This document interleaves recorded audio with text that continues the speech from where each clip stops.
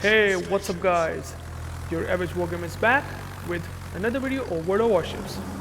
And today I'm going to be featuring Tier 8 premium aircraft carrier, the American Enterprise. Now Enterprise is pretty good still, to be honest.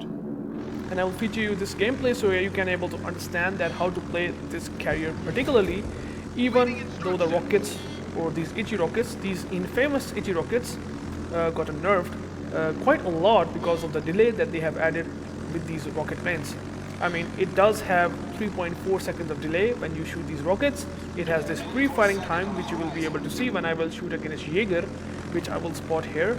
And even though 3.4 seconds of delay isn't like really high compared to the Japanese carriers, 4.0 second, and maybe the other carriers like Pobeda or Nakimov, it's still kinda not that easy to drop against DDs. And the reticle of the Enterprise is pretty small, which is pretty nice. At least it does have this very small reticle, so you can actually get a pinpoint accuracy in terms of dropping on the DDs. And here I actually dropped the Jaeger again.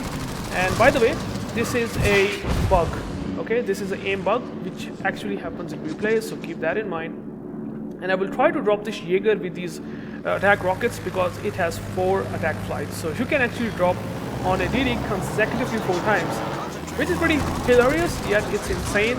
And that's basically the gimmick that Enterprise have with these rockets. It does have nerfed sort of itchy rockets compared to the Lexington's HVARs, but they are still pretty good because they have better accuracy when you are aiming on destroyers. And this matchmaking, well, as you can see, it's a full-fledged Tier 10 matchmaking, so life is not gonna be easy when I will play this Enterprise, since there is Wooster, Riga, and Ochakov. These all cruisers have at least decent AA, and Wooster especially has really strong AA, so it's not gonna be easy regardless.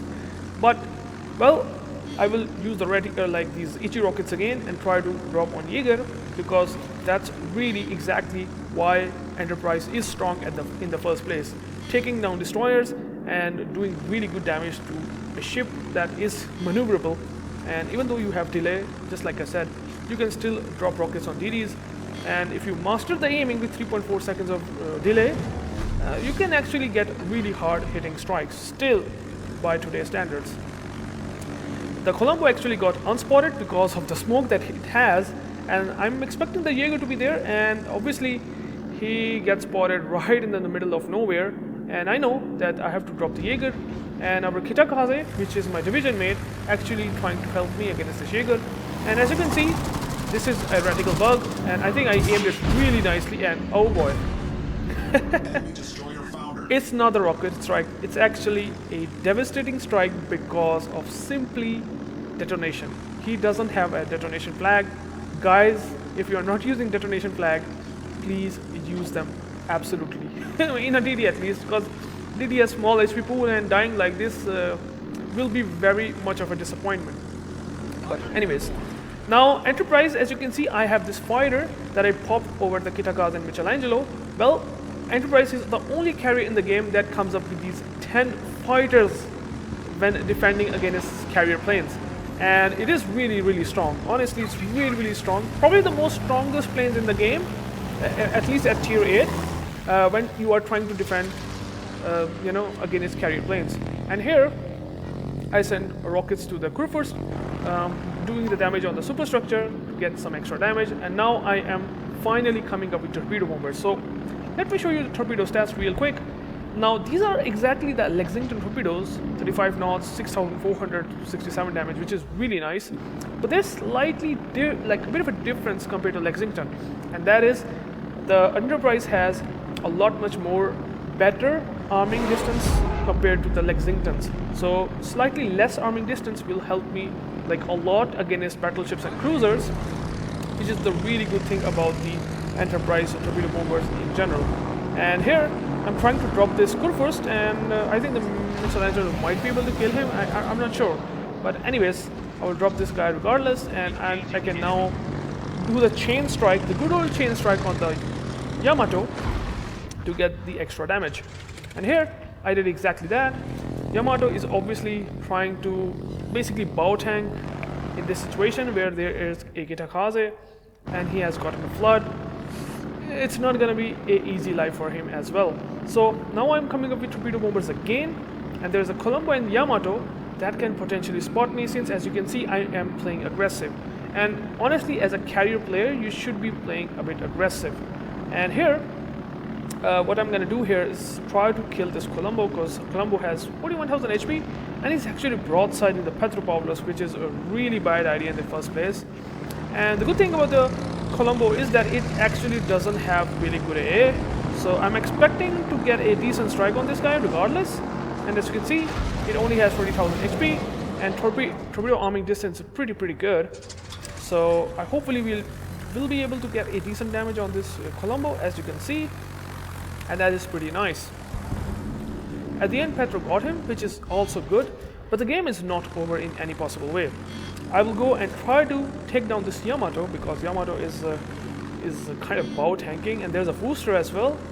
And I'm still using these HE rockets because, well, there's one more thing that I want to show you, and that is, if you don't know, Enterprise has very good aircraft preparation time of only 46 seconds. So every 46 seconds you will get a extra plane in during the game, which is very nice, which basically means that even if you just spend a whole lot of squadron on a ship that has really strong AA, you will still going to have some planes on that, as well as your regen time is going to be good enough that can help you against these targets. So it's pretty good, at least in that regard. Chain striking the Yamato and Riga again, because this is the best thing that I can do right now possible. And I'm dropping the Riga again, 15 rocket hits, just hitting on the superstructure purely, and did some decent damage and also killed some AA, which is absolutely required. Now here in this case, I know that there is a Riga that is trying to bow tank, and I don't want to basically make Riga, tank for the enemy team, so I've decided to basically kill him myself. So I mean, that's the reason why carriers are very strong in this game, that even if you're trying to bow tank in a cruiser, it can get pretty rough, because, well, if the carrier comes around and try to drop you, it can make a nasty crossfire because of these high alpha damages, relatively high alpha damages on these planes. So it can't be that easy. Now I do also have my heal ready on the torpedo bombers, which is nice. So which basically means that I can almost guarantee to get 2 strikes for sure. Now here, I'm going to do a bit of a turn during the drop, and actually Riga has defensive AA5, which I was not expecting at all. But again, the heal is saving me, and I think the Riga will move forward, is it? I'm not sure, but anyways, I just dropped him here regardless. I don't exactly know that Riga is going to move forward or not, but you can clearly see that the damage is pretty good. And even though the CV pops the fighter, I still have tankiness on these planes to basically kill this Riga. All 3 torpedo bombers will be able to land on Riga, or the bombs will land on Riga and eventually kill him. And I got the Riga, even though it does have a defensive AA fire. Now, as you can see, I have showcased you the rockets, which are pretty good in basically killing some of the AA of the ships. And also I have showcased you the torpedo bombers. Now it's time to showcase you these dive bombers, AP dive bombers, which are basically 6 of them. Let me show you real quick. 6 of them, and you have 4,900 alpha damage, and you can throw 6 bombs in a single, attack run. But at least in this case, what's going to happen is, even though I'm going behind the booster by busting some of the AA, there is a lot of AA of the Incheon and the booster. So yeah, your planes will not going to have a chance, and I just pre-dropped it regardless, because it's not easy to drop on this booster with defensive AA fire, because tier 8 planes, so it is kind of sucks. So now I can go and drop these dive bombers again, which are AP bombs. Shikaku actually tried to give him some of the AA, which is actually pretty nice gesture. But now what can I do is that I will try to pre-drop again once, because I know that the booster defensive AA is gone, and there's not the cruiser Incheon, which is actually a test ship. So I can just go and drop the booster, and hopefully we'll be able to get a decent strike with these AP bombs, and can showcase you that these are pretty good AP bombers, even though they have really big reticle and they can be trollish sometimes. And now I know that I can just go and drop this booster, even though he's trying to reverse and tanking. And as you can see, I get a good lead, and I probably get a 3 citadel hit. So almost 14,000 14,700 damage. Actually, exactly 14,700 damage. So it's pretty good, and we got the booster because of that. So Enterprise still does amazing things regardless of so many countless nerfs that they have given to the rockets, and it still pretty much works fine. And now I'm going for the Wisconsin, which is another very strong AA focused battleship. It has defensive AA. I mean, Wisconsin is a dockyard ship, and I will definitely review it once I have in my port. Unfortunately, I don't have right now. I'm waiting for the dockyard to get completed. So now I'm gonna go and drop this Wisconsin. So Wisconsin actually have defensive AA. I'm not sure if he knows that I'm coming towards him, but I actually realized, I thought that I might get a 2 strikes on this guy, but I think I'm trying to save a bit of my planes since I don't have a lot of torpedo bombers in my deck. So I think this is not a bad move, and I'm gonna drop this Wisconsin real quick. The good small, like, you know, short arming distance on these Enterprise torpedo bombers means that I will almost always going to get all 3 torpedo hits, just like I did on the Vega, and did some good damage on this Wisconsin. Save a bit of my planes. I mean, Wisconsin, as you can see, have shot down quite a bit of my planes, but again, Enterprise does have really good aircraft preparation time on torpedo bombers as well as on the bombs. As like relatively bad, or I would say worse, compared to the HE rockets and the torpedo bombers, but it still have decent aircraft preparation time. So I'm just you know, trying to help my teammates, and they eventually kill the Wisconsin, which is again really good. Now we have the Ochakov that is around the islands. So what I will do is I will try to go and try to spot the Ochakov. Now Ochakov is trying to use the islands as a cover and trying to farm. So let's see if I can actually able to spot the Ochakov and try to use the rocket planes against him. And now you will see another chain strike that I will do in the case of rockets. So here the Ochakov got spotted. As you can see, he's trying to use the cover, the Iceland as cover, and what I will do is I know that he's gonna move forward, and I'm just gonna get aim real quick here. Remember, I have 4,000 damage, so it's not that bad, but it's not like great. I can go and drop the Ochakov again, but then I decided to chain strike the Shukaku, because Shukaku is quite a lot of HP. So a full strike on Shukaku means that I can do potentially like 10,000-11,000 damage with these HE rockets. Because Shukaku doesn't have like tanky armor, I mean, you can easily penetrate these HE rockets. And 16 rocket hits almost did 9,500 damage, which is nice.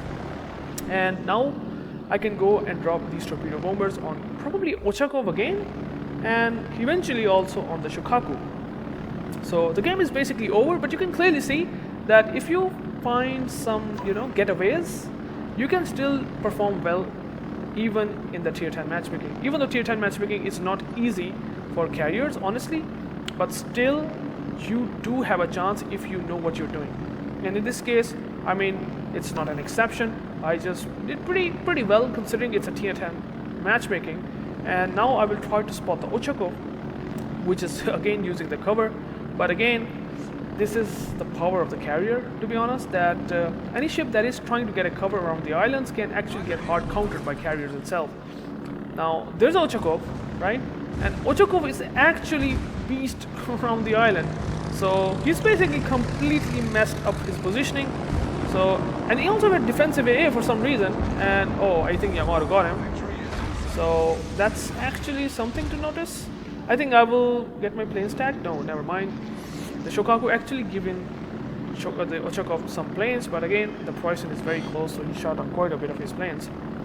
Again, as you can see, there is Shokaku. So the game is actually over, literally, but the thing that I want to showcase you here, at least, that if you want to strike carrier, try to pre-drop one attack run, and then you just drop it with that much armament, right? You have now 6 planes, so 3 of the planes will eventually get a, you know, attack, and the 2 planes are going to tank the Shokaku AA.